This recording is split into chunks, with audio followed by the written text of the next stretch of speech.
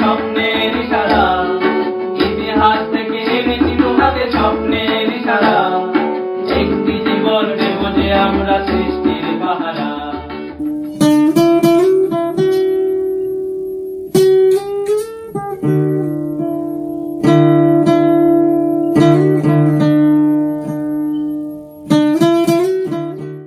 নমস্কার।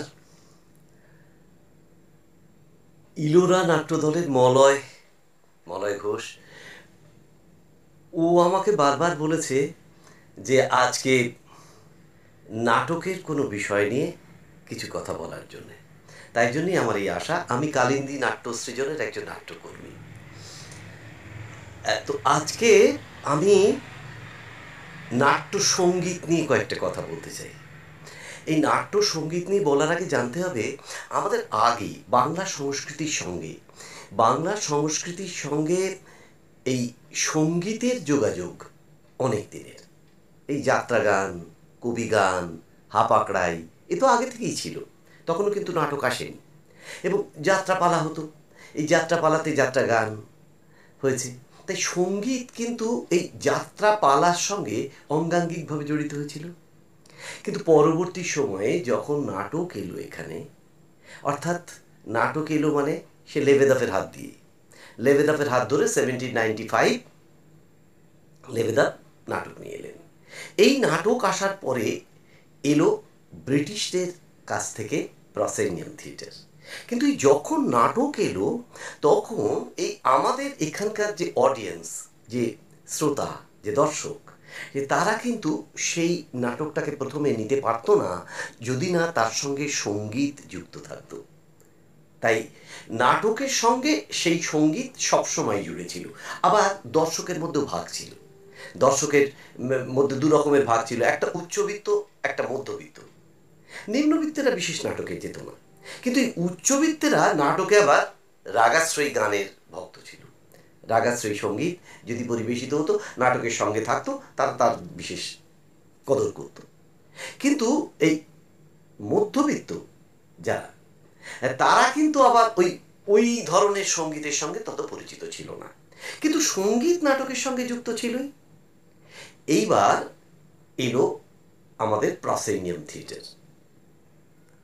এই প্রসেনিয়াম থিয়েটারে যে নাটক এলো, সেই নাটক দর্শকের মধ্যে ধরাতে গেলে সবাই ধরে নিল যে এখানে কিন্তু সঙ্গীতের একটা বিরাট প্রয়োজন আছে।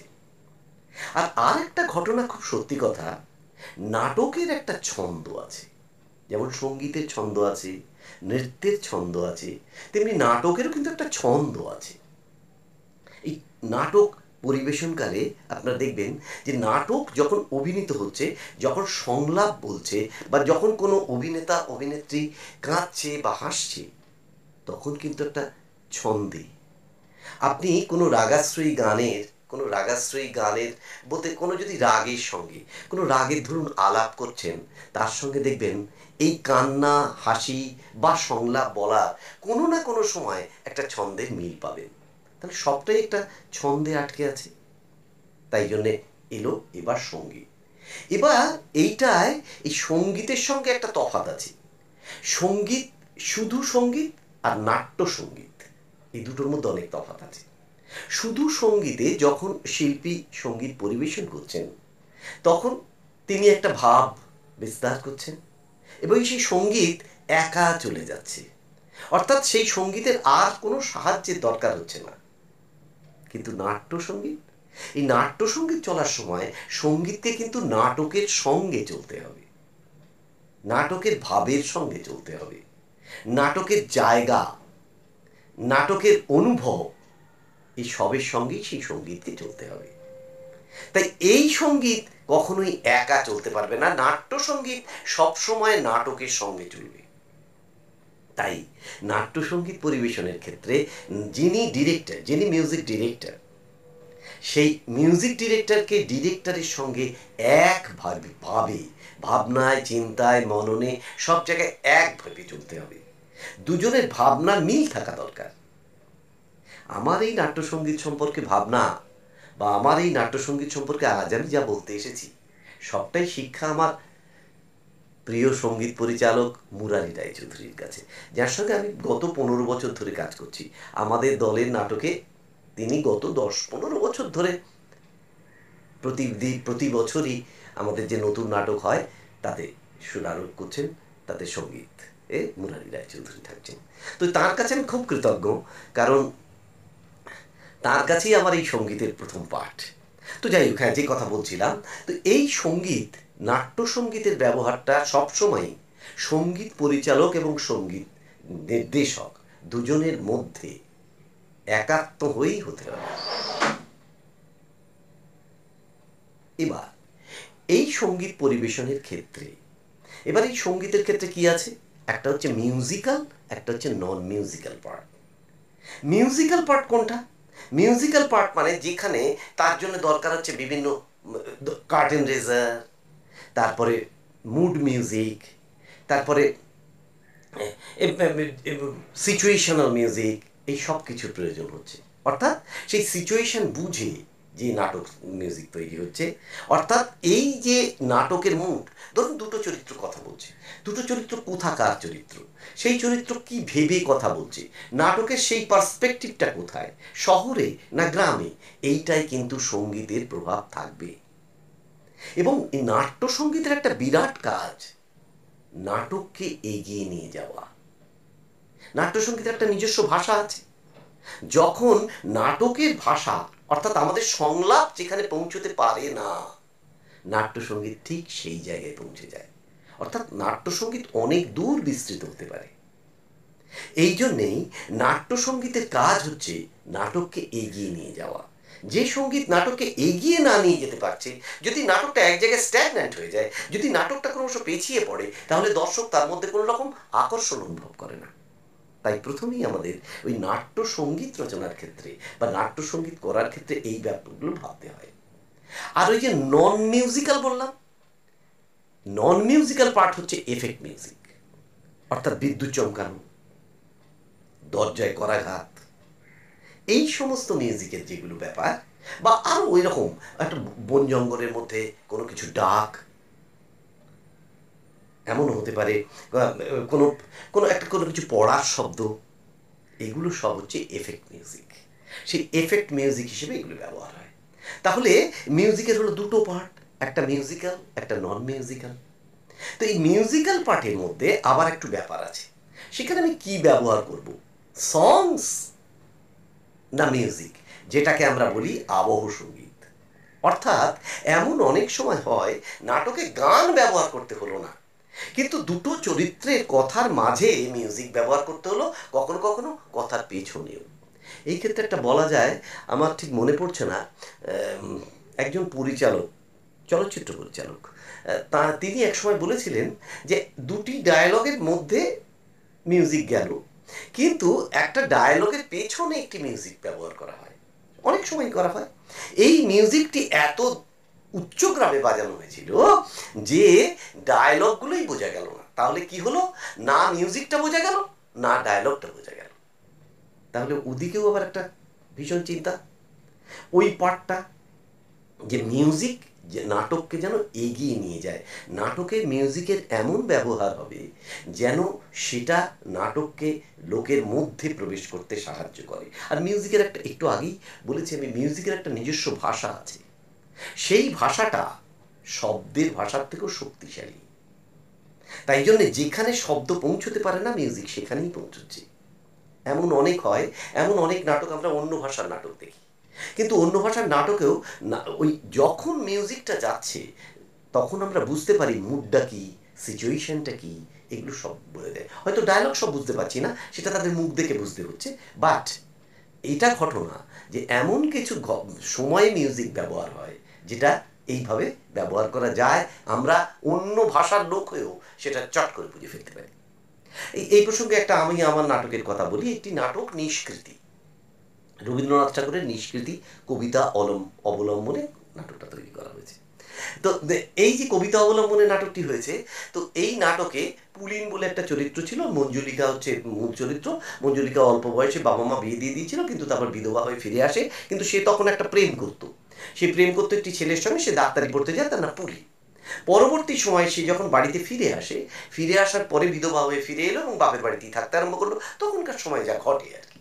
তো সেই সময় থাকতে থাকতে সে কিন্তু একটা ব্যাপার রিয়েলাইজ করতে পারলো যে তার জীবনে পুলিনের একটা বিরাট ভূমিকা ছিল। কিন্তু যাই হোক, সে বাবা মার উপরে কথা বলতে পারেনি। একদিন এই ঘটনাক্রমে পুলিন তার বাড়িতে এলো। পুলিন তখন ডাক্তার হয়ে গেছে। সে এসেছে মঞ্জুলিকার বাড়িতে মঞ্জুলিকার বাবাকে দেখার জন্য। দেখে এই যে আসবে এই খবরটা যখন সে পেয়েছে, তখন আমার ওই নাটকে সে অনেক তার ভাবনার বিকাশের জন্য সে চিন্তা করছে। সে ভাবনা করছে যে আমি যার সঙ্গে এতকাল আগে মিশতাম, তারপরে আমার বিবাহ হয়ে গিয়েছিল, এবং বিবাহের পরে আমি যখন ফিরে এসেছি আজকে, তখন কি হয়েছে, ফিরে আসার পরে এতদিন কেটে গেছে, এখন আবার পুলিন আসছে আমাদের বাড়িতে। এই যে এই ভাবনাটা মুরারিদা একটি মিউজিকের ব্যবহার করেছিলেন, এবং সেই মিউজিকের সাথে সাথে তার এক্সপ্রেশনও চেঞ্জ হচ্ছে। এই যে কাজটা করেছিলেন, এটাই দর্শক চট করে সেই ভাবনাটাই পৌঁছতে পারছে, যে ভাবনাটায় আমি তার কথাই দেওয়া হয়নি, তার কথা, এটা স্ক্রিপ্ট করেছিলেন মৈনাক সেনগুপ্ত, কিন্তু সেই তার কোনো মুখে ডায়ালগ ছিল না, কিন্তু ওই যে মিউজিকের ব্যবহার হলো, ওই মিউজিকের দর্শক বুঝে নিল তার মনের ভাবের অবস্থাটা। ঠিক তেমনি আবার বলি, আর একটা নাটক, সেটা হচ্ছে 4 আওয়ার্স। সেই 4 আওয়ার্স নাটকে একটা ব্যাপার ছিল যে বাবা মারা গেছে, এটা সবাই ভেবে নিচ্ছে, কারণ এই বাবার সম্পত্তি নিয়ে প্রচুর ছেলে মেয়েদের মধ্যে বাদ বিতণ্ডা ছিল, এবং অনেক তারা এখন ভেবে নিচ্ছে বাবা বেঁচে আছেন, কিন্তু যদি বাবা মরে যেত তাহলে বোধহয় বাড়ি টাড়ি সমস্ত সম্পত্তি আমরা কিভাবে পেতাম। তো এতে কোনো ডায়লগ রাখা হয়নি, সব চরিত্রগুলোই ছিল, যারা রয়েছে বাড়ির পরিবারের সবাই ছিল, এবং বাবাও এক জায়গায় ঘুমোচ্ছেন, কিন্তু ধরে নেওয়া হলো, তারা ভেবে নিতে পারছে, সবাই ভাবনাতেই আসছে যে বাবা মারা গেছে। এই যে বাবা মারা গেছেন ভাবছে, ভেবে তারা যে কাজটা করছে, তারা যা করছে, তাদের মুখে কোনো ডায়ালগস নেই, কিন্তু সেখানে একটি মিউজিক আছে। সেই মিউজিকেই তারা যা করছে সেটা মাইনে করছে, কিন্তু সেটা খুব দর্শক ভালোভাবে বুঝতে পারছে তাদের মানসিক অবস্থাটা। তো এইখানে কি হলো, ওই যে নাটকটাকে এগিয়ে নিয়ে যাওয়া যাচ্ছে, এইটা হচ্ছে ভাবনা। তো এই ভাবনার ক্ষেত্রে যত আমরা নাট্য সঙ্গীত ব্যবহার করেছি, নাট্য সঙ্গীতের ক্ষেত্রে এই ভাবনাটা সঙ্গীত একা যাচ্ছে না। আর একটা ঘটনা এখানে মনে রাখা দরকার আছে, যখন নাটক আমরা দেখছি, নাটকটা কিন্তু ভিজুয়াল আর্ট, কিন্তু ওই মিউজিকটা হচ্ছে কিন্তু অডিও আর্ট। তাহলে একজন দর্শক যখন দেখছে নাটকটা, সে চোখের সামনে দেখছে নাটকটা, আর মিউজিকটা যাচ্ছে তার কানে। এইরকম একটি কথা বলি, আমরা একটি নাটক শুরু আগে কার্টেন রেজারের কথা একটু আগে বলেছিলাম, একটা মিউজিক কার্টেন রেজারের আগে, সেটা হচ্ছে পলাশী, এটা নটধার প্রযোজনা ছিল। এইখানে মিউজিকটি করেছিলেন স্বাতীলেখা সেনগুপ্ত। তো স্বাতীলেখা দিয়ে ওই কার্টেন রেজারের সময় একটি মিউজিক ব্যবহার করেছিলেন, যাতে দর্শক প্রথমেই বুঝতে পারছে কি নাটক, যদি নাটকের নামটাও না জানে, তারাও নাটকের শুরুর দৃশ্যটা কেমন হতে পারে তার একটা ভাবনা, তার একটা কল্পনা তার মধ্যে এসে যাচ্ছে। আর ইমাজিনেশন ক্রিয়েশনের আগে থাকবেই, যে কোনো ক্রিয়েশনের আগে ইমাজিনেশন থাকেই। তো সেই ইমাজিনেশন লোকের মধ্যে এসে যাচ্ছে, যে আমরা কি দেখবো এটা সে ভাবতে পারছে কার্টেন রেজ করার আগেই। এটা একটা মিউজিকের কাজ।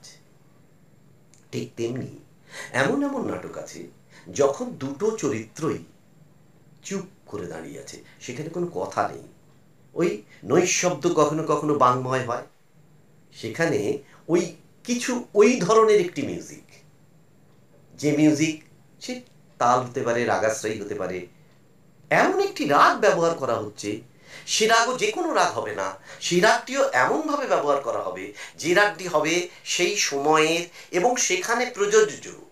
আরও একটা কথা একটু আগে বললাম, আমাকে দর্শকের কথা আমাদের ভাবতে হয়।